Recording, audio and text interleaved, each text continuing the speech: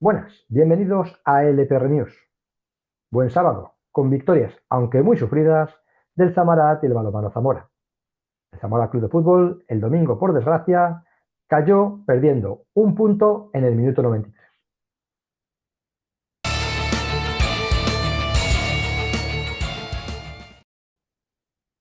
Los puntos de Amaya Scott en el tramo final del choque le dieron la victoria y el basket average al Zamarat frente a la Salle, en un encuentro que se complicó en demasía en el último cuarto. El partido entre el sexto y el quinto clasificados se preveía muy igualado, y así se demostró en los primeros 10 minutos. Las naranjas comenzaron el choque con un importante acierto desde el perímetro, pero no era suficiente para abrir las primeras ventajas. Ornella Santana y Alejandra Sánchez eran de las jugadoras más activas de las melillenses, y mantenían el pulso con las de su ex equipo. Los ataques eran superiores a las defensas en ambas partes de la cancha, al menos hasta el tramo final, cuando las pérdidas de balón empezaron a castigar a las visitantes. El primer cuarto terminaba con 5 puntos de ventaja para las norteafricanas, 25-20. Pero el guión cambió de forma radical en el segundo acto. Las enormes acciones defensivas de las chicas de Ricardo Vasconcelos provocaron que las locales empezaran a errar todos sus lanzamientos y como también tenían el control del rebote, sus rivales no eran capaces de tener segundas jugadas. Al desacierto también se le unieron las diversas pérdidas de balón. El Zamarat, tras unos primeros minutos de atasco ofensivo, se destapó desde el perímetro anotando de 3 en 3 sin piedad, bien con lanzamientos desde el 6,75 o con jugadas de 2+1. Más de 6 minutos fueron lo que tardó la Salle en romper su sequía anotadora, tras encajar un parcial de 0-12 y fue con 2 tiros libres de Davidova.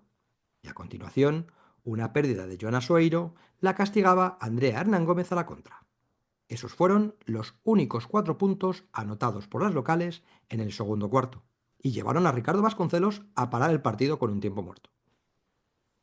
El Zamarat se fue al asueto con otro parcial de 0-9 que les daba 12 puntos de renta, 29-41.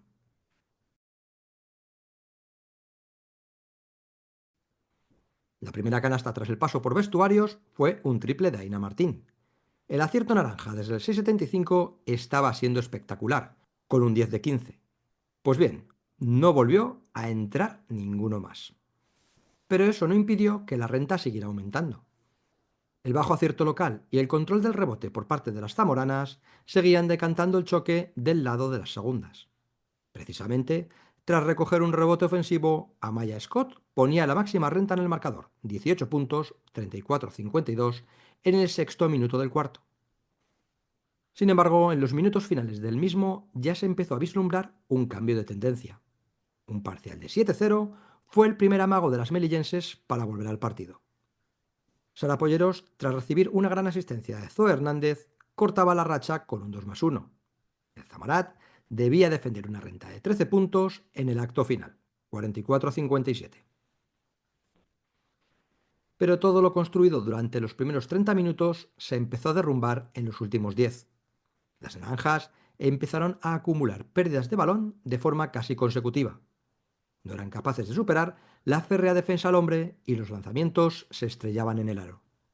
El primer punto llegó con un tiro libre de Nesevich cuando ya habían transcurrido 3 minutos de cuarto. La Salle empezaba a anotar con mucha facilidad y un triple de Alejandra Sánchez ponía la ventaja por debajo de los 10 puntos después de muchos minutos, 49-58. La distancia empezaba a reducirse a pasos agigantados. Andrea Alcántara cerraba un parcial de 12-1 en 6 minutos y acercaba las suyas a solo 2 puntos, 56-58. A las naranjas no les entraba nada, ni los tiros libres. Joana Soiro anotaba el segundo punto de las suyas en el cuarto a falta de 3,25, pero Alejandra Sánchez, con un triple, restablecía la igualdad en el marcador. Quedaban 3,09 y empezaba un partido nuevo. El aro evitó que completaran la remontada, repeliendo el triple de Torreblanca. Y ahí surgió la figura de Amaya Scott, que empezó a anotar con diferentes penetraciones, superando a Hernán Gómez por velocidad.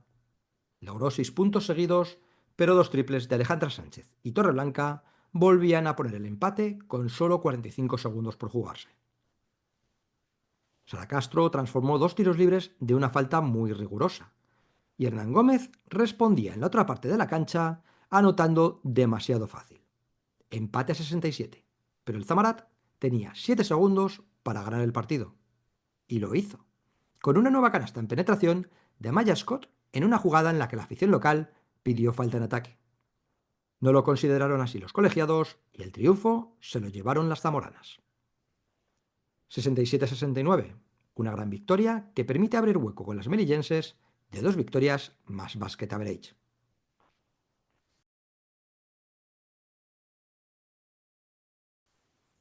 La jugadora más destacada del Zamarat fue, sin duda, Amaya Scott. Fue la máxima anotadora con 14 puntos, la mayoría de ellos en los momentos más calientes del partido, y también la máxima reboteadora, con 10 capturas. Un doble-doble con el que alcanzó los 18 créditos de valoración. La mejor asistente fue Joana Soeiro, con 3 pases de canasta. A destacar el dominio en el rebote de las chicas de Ricardo Vasconcelos, con 40 capturas, 14 de ellas en ataque, por solo 23 de la Salle, 3 en ataque. Sin embargo, las zamoranas se vieron muy penalizadas por las 18 pérdidas de balón que cometieron. El lanzamiento de 3, que estaba en 10 de 15 al inicio del tercer cuarto, acabó con un más discreto 10 de 27. 0 acierto de 12 intentos desde el 6.75 en los últimos 18 minutos. La jornada se completó con estos resultados. Santa Rosa 46, Leganés 60. Nubásquet Femení Castelló 54, Unicaja 64. Fútbol Club Barcelona 47, Real Canoe 57. Mallorca 80, Baracaldo 43. Iraurgi 64, Adareva 70. Arsil 63, Acáceres 79 y Cap Estepona 104, Paterna 61. La victoria le permite al Zamarat abrir hueco con el sexto puesto, acercando, así, la posibilidad de tener factor cancha a favor en los playoffs. También ganaron todos los equipos que le preceden en la tabla, por lo que no sube ninguna posición. El próximo sábado a las 5 de la tarde toca recibir en el Ángel Nieto al colista. Un Arsil que solo lleva una victoria en los 21 partidos disputados hasta la fecha.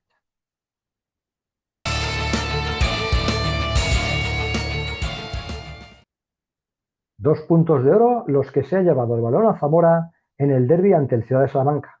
Un conjunto charro que dio guerra hasta el final. Salieron mejor los visitantes al parque del Ángel Nieto. Empezaron anulando el ataque pistacho con muy buenas defensas y castigando a la zaga zamorana con relativa facilidad. Supieron anular a Giannini. Sin embargo, era Oyer Ruiz Severio el que encontraba los agujeros en la defensa charra con más facilidad. Los palos también se liaban con los visitantes, con 2 lanzamientos casi seguidos de Marco Torres y Pau Ortega a la madera. 13 minutos tuvieron que pasar para que llegara la primera ventaja local, tras un tanto de 6 metros de Carlos Veloso, 7-6, pero la igualdad seguía siendo máxima. A cada tanto pistacho le seguía otro de los charros. Un tiempo muerto a 8 minutos y medio del descanso dio paso a los mejores minutos locales.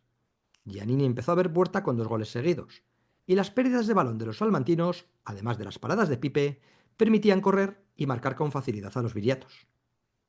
Un tanto de Hugo Rodríguez cerraba un parcial de 7-0 y hacía que se llegase al descanso con la máxima ventaja en el marcador. 6 goles, 17-11, tras casi 9 minutos de sequía visitante.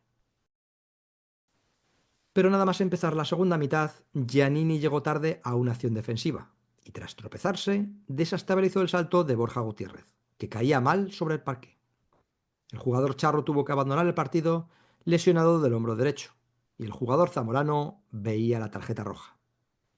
El balonmano Zamora se vio más afectado por la expulsión de su máximo goleador que sus rivales por la lesión. Sergio de la Cruz y Álvaro Carretero empezaban a recortar la renta zamorana, mientras que Hugo Rodríguez hacía todo lo posible para evitarlo, bien con goles o forzando 7 metros. Los centrales sufrían para detenerle. Los jugadores del Ciudad de Salamanca tenían problemas para atacar el centro de la defensa zamorana, pero encontraban muchos huecos por los laterales. Lenta, pero inexorablemente iban acercándose en el marcador. Félix Mojón quiso cambiar la dinámica con un tiempo muerto a falta de 7 minutos, pero no lo consiguió. David Sánchez puso a los suyos a 1, 27-26 casi a continuación, y para colmo de males, Dos ataques consecutivos del balonmano Zamora se estrellaron en la madera. Primero, Carlos Veloso la envió al poste y después Marco Torres finalizaba un contraataque contra el travesaño. Sebastián Elena no desperdició la oportunidad para empatar a falta de 3:15, 28-28. Pero se rehicieron los viriatos. Carlos Veloso aprovechó un error defensivo para marcar de 6 metros totalmente solo. Lautaro apareció en el momento más oportuno para desviar el lanzamiento de Félix Hernández, y Guille Medina, desde el extremo al primer palo, volvía a abrir brecha en el marcador. Ya en el último minuto, Corcuera consiguió reducir distancias con un lanzamiento a la escuadra, rozando el pasivo. Félix Mojón solicitó un nuevo tiempo muerto a falta de 29 segundos para preparar la última jugada del choque. Y esta salió bien. Superaron la defensa al hombre de los visitantes hasta dejar a Carlos Veloso solo en 6 metros. Y no desaprovechó la oportunidad de sentenciar el choque. Lautaro cerró el partido deteniendo el último lanzamiento de David Sánchez. 31-29. El balonmano Zamora suma y sigue, a pesar de las dificultades.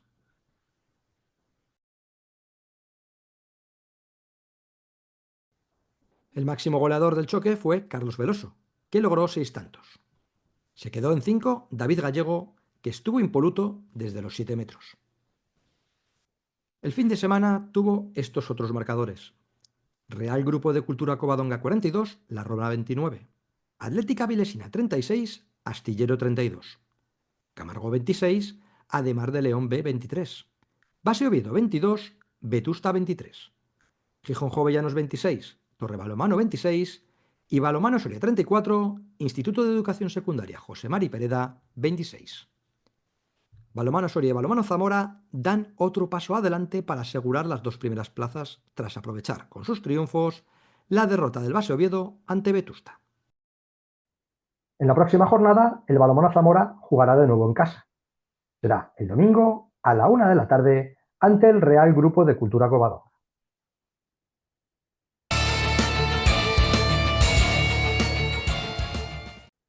El Zamora se fue de vacío de Andorra después de haber disputado una primera parte en la que podría haber goleado. Pocos cambios en el 11 inicial de Sabas para este partido. Sergio Nieto volvía al lateral izquierdo tras su lesión. José Carlos recuperó el centro de la defensa en el lugar de Bolo. Guillemacho entró en la medular sustituyendo al sancionado Clavería y Rufo Lucero entraba por Joel Priego en el extremo derecho. El resto, los mismos de hace una semana. La primera parte del Zamora fue para enmarcar. Desde el inicio, encerró al Andorra en su campo con una expresión asfixiante en la salida del balón y de esa manera empezaron a llegar las primeras tímidas aproximaciones al área rival. El único susto pudo llegar en un mal saque de Fermín, pero la defensa se cerró bien y no dio opción a ninguna ocasión de peligro.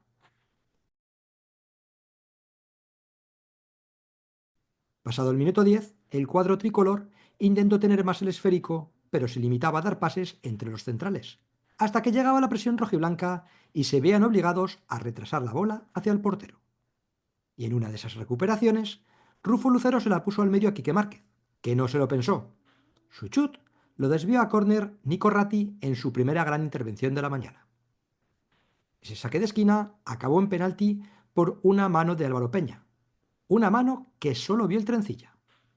Quique Márquez ejecutó la pena máxima contra el larguero. No era penalti, no hubo gol. La parada le dio alas a la Andorra, que empezó a tener sus primeras ocasiones, como una pérdida de Sergio Nieto que terminó con un disparo de Manu Nieto desde el pico del área que detuvo Fermín. Pero el Zamora seguía lo suyo. José Carlos cortaba el esférico, se lo cedía a Carlos Ramos, quien, con un pase filtrado, dejaba solo a Quique Márquez cerca de la frontal. El torero se precipitó y su disparo se fue muy alto. Un minuto después, falta peligrosa a favor local, casi rozando la línea del área grande. Ejecutó Luis Mirredondo contra la barrera.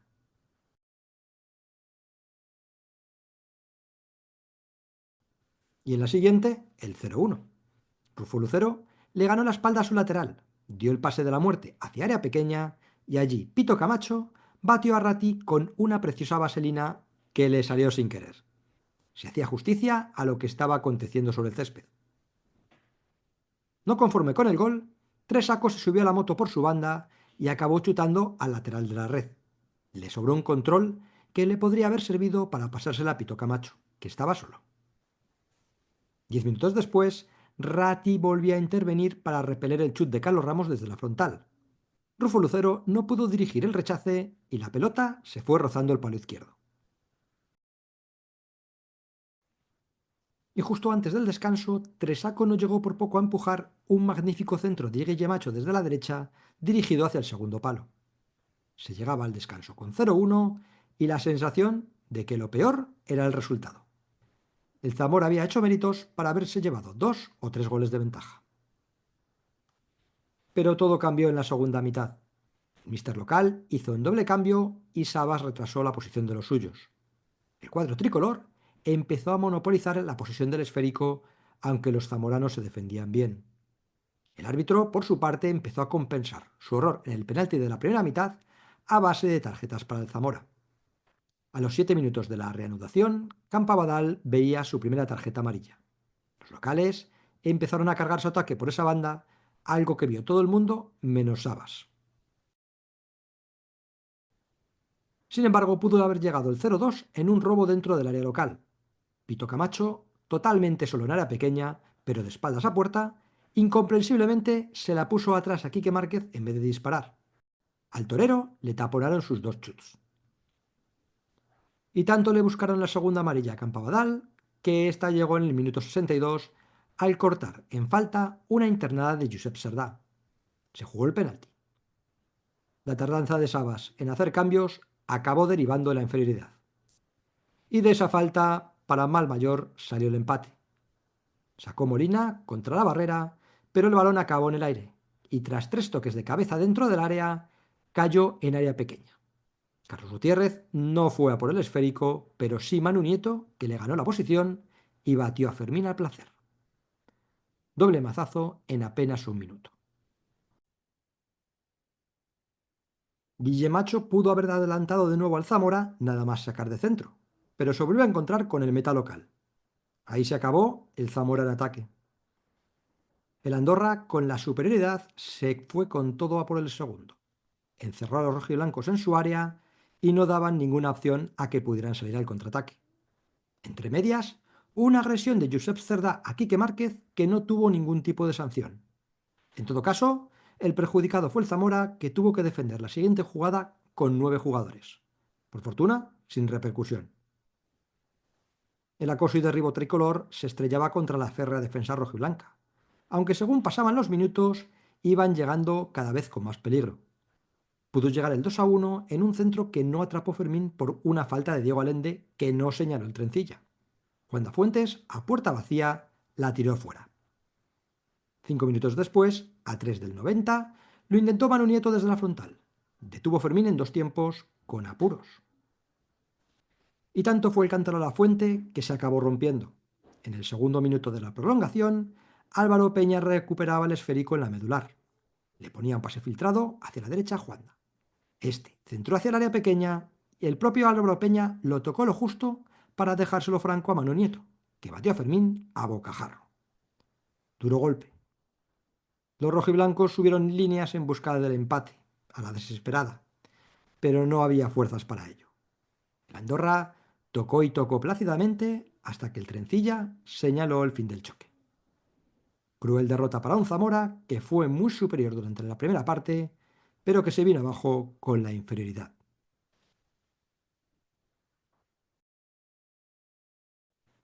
La jornada 25 se completó con estos resultados. Athletic de Bilbao B 2, Lugo 2. Ourense Club de Fútbol 2, Nastic 1. Cultural Leonesa 2, Celta B 0. Sestao River 1, Amorebieta 0. Real Unión 0, Real Sociedad B 1. Fútbol Club Barcelona B 2, Arenteiro 3. Tarazona 1, Osasuna B 1.